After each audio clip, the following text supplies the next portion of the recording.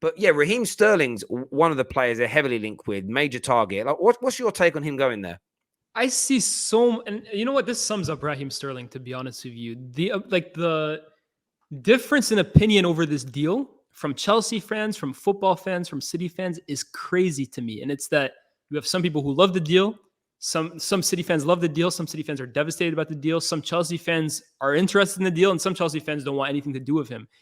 But for me, I think Raheem Sterling, Terry, is one of the most disrespected footballers on the planet, in my opinion. And that people have this narrative, like the narrative around Raheem Sterling from most football fans, product of the City system. He thrived off post tap-ins. He's nothing without Pep Guardiola. But for me, I look at Raheem Sterling. Terry, cast your mind to how many world-class players Pep Guardiola has managed throughout his career. Barca, Bayern, Manchester City. Only 2 players ever have scored more goals for Pep Guardiola than Raheem Sterling. Aguero, and it's Lionel Messi. And then only 2 players in Pep Guardiola's entire managerial history have assisted more than Raheem Sterling, Kevin De Bruyne and Lionel Messi. That's not bad company to be in. So for everyone who claims that Raheem Sterling is just a product of the City system, I'd actually argue that Sterling is crucial to the way City plays and that without him, the system isn't as effective. Now, people can say, okay, the style, the position that he's going to be playing in at Chelsea will require him to be more creative. It'll require him to be on the ball more. That sounds like what he just did for England in the Euros when, newsflash, he was the best player at the tournament. He was creating the most chances, dribbling the most players, scoring goals for fun. This is a top player that, for me, narrative, agenda, media bias has completely ruined his reputation. And I think Chelsea, for a 27-year-old who scored over 100 Premier League goals from the wing, to be signing him for what? 50 million pounds, I'm hearing is the approximation. That's 45. Brilliant business, guys. That's an absolutely brilliant deal. And I think Chelsea are doing bits if they can get that over the line. Mate, you're absolutely spot on about Raheem Sterling. And I think that Chelsea are signing one of the best attackers in Premier League history. And I'll give you an example. Chelsea fans won't like hearing this, but I made this point a few years back. I think he's gone a little bit stale at Man City, first and foremost. But that's because not everybody can spend a decade, 12 years, 15 years at one club. Sometimes a change is as good as a rest. And I think Guardiola, like all great managers, realizes at times you need to make these almost sacrificial type sales where you move a player who's still very good on and you bring somebody else new in. You've got to keep your opponents guessing. You can't become kind of predictable in that way. Fergie did. Fergie got rid of Paul Ince, Kanchelskis, and Mark Hughes when they were in their pomp because it was like, now's the right time to, he did this on a number of occasions, sometimes for playing reasons, sometimes for personal reasons. When he got rid of Ruud van Nistelrooy was still at his best, but he was the right time for him to be moved on. So I think Pep's doing it, not because Sterling is a bad player, but I think now is the right time. Here's the thing though, Terry, and this is going to sound crazy, especially coming from me, because you know how much I love this guy. But I question from a footballing point of view, from a logistics point of view, whether keeping Mahrez and selling Sterling, considering their ages, is actually the right move, to be honest with you. And you know me, I love Mahrez. That's one of my favorite players ever. But I'm looking at the ages. I'm looking at what each brings to the team. I'm looking at how City are going to want to play now that they have Haaland up front. I question whether that's the right move from City. But I get that. I think it's more. I think Mahrez is quite happy to sit on the bench. Yeah, that's probably it. I think Raheem Sterling, it's almost out of respect to him to say, listen, you've been a brilliant servant for City. You've been brilliant for my system. I want you in here. I think your point earlier, though, that I was alluding to is I get sick to my back teeth with this weird notion of so-and-so is a system player. Now, of course, certain players thrive in particular systems because of, there's a match. There's a kind of cohesive kind of feeling about it. However, if everybody could score Raheem Sterling goals for Man City, then everybody would be scoring Raheem Sterling goals for Man City, the amount. But he's scoring them, nobody else. He scores at that rate. Nobody else, because he's anticipating, he's making the runs, he's finding the right space. And I always remember listening to Ian Wright speak, and somebody kind of said, well, how do you know where to be and at what time? And he just said, it's like a feeling. It's not even coached. It's a feeling to know where to go and where to be. Yep. There's a reason that Jack Grealish can play in that position. Foden has sometimes been in that more advanced position. And none of them have scored the level of goals that Raheem Sterling has, because he knows where to go and what to do. And yes, an element of it is coach, but Guardiola himself has said this. I coach my team to get the ball to in and around the edge of the box. Then their individual brilliance takes over. So he isn't, in my opinion, making Raheem Sterling 4 hours a day run these drills to get to the back post. There'll be elements and feedback and try doing this, but it's on Raheem Sterling to know when to make that run. It's on Raheem Sterling to know when to hold back, when to make the run, when to go near post, far post. You know, he has to think about these things. Movement and the finding of space is one of the most underrated skill sets, because the problem with it is that it's hard to quantify.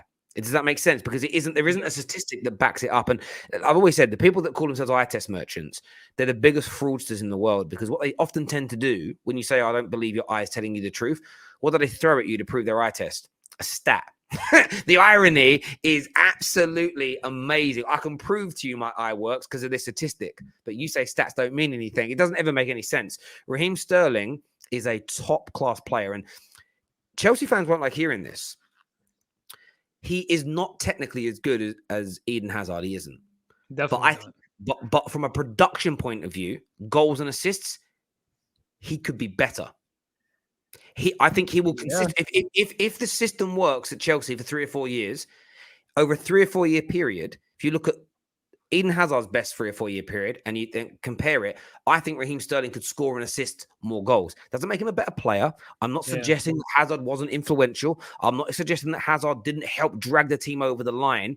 But on a production level, putting the ball in the back of the net and creating those gilt-edged chances, he just has the ability to do it in a less flamboyant way. And again, they've got to get the mixture right, because you need play. Listen, there isn't another Eden Hazard. Chelsea are not going to sign another player this summer that has the ability to dribble the ball, to make space, to create opportunities. Maybe Ousmane Dembele, to be honest with you. Yeah, well, Dembele, if he stays fit. But you know what's interesting? You get Dembele on the right and Raheem Sterling on the left. They'll both do it in very different ways. But what you can end up with Raheem Sterling is putting that ball in the back of the net, which is just so important. And people can say that it's a stat. Listen, I'll give you a little stat. I'll give you a little stat. If you score more goals and concede less goals than everybody else, typically you'll win the league. They're stats. And there is no such thing as a tap-in merchant. You want to know why the tap-in merchant thing is one of the biggest fallacies in football? Because if it was so easy to be a tap-in merchant, every single number 9 in the Premier League would score 20-plus goals a season. Yeah, they don't do that. No, it's a casual take. Calling a player a tap-in merchant is a casual take, because to get into a position to consistently be scoring tap-ins, your movement has to be elite. Your IQ has to be elite. You have to be able to run past there's no such thing as being a tap-in merchant. It's a myth. Absolutely. Like, Terry, you can't have a channel and say things like that. So I can't say that I think in a brilliant Chelsea system, Raheem Sterling could score and assist more goals over a 4 or 5 year period than Eden Hazard did. Yeah, he didn't call him a better player. He didn't say he's going to be a bigger legend. He's going to show more for Chelsea. Like, he said he's going to score more. Over the last 5 years, over their careers, Raheem Sterling has scored more goals than Eden Hazard. Fact. That's not to say he's a better player than Hazard. Exactly. You can't buy it. There's very few players out there that can do what Eden Hazard did. So this is something football fans have got to learn about the game. When you lose a player of that level, a like-for-like replacement is nigh on impossible. What you need to do is replace him in a different way. Man United tried 2 or 3 times after Roy Keane left of buying a Roy Keane type midfielder. Never worked. So in the end, they went for Michael Carrick, completely different in the same position, and did something new. That's what Chelsea need. You're not going to get a new Eden Hazard. So what you need, how do you make up for it? Well, let's buy a player that has the ability to be more productive in terms of scoring and assisting goals. It might not look as good.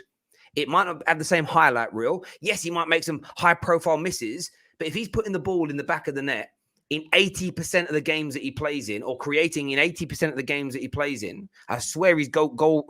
He scored 200. I'm going to round these numbers down. I think he scored an assist like 210 goals in 339 games. 61%.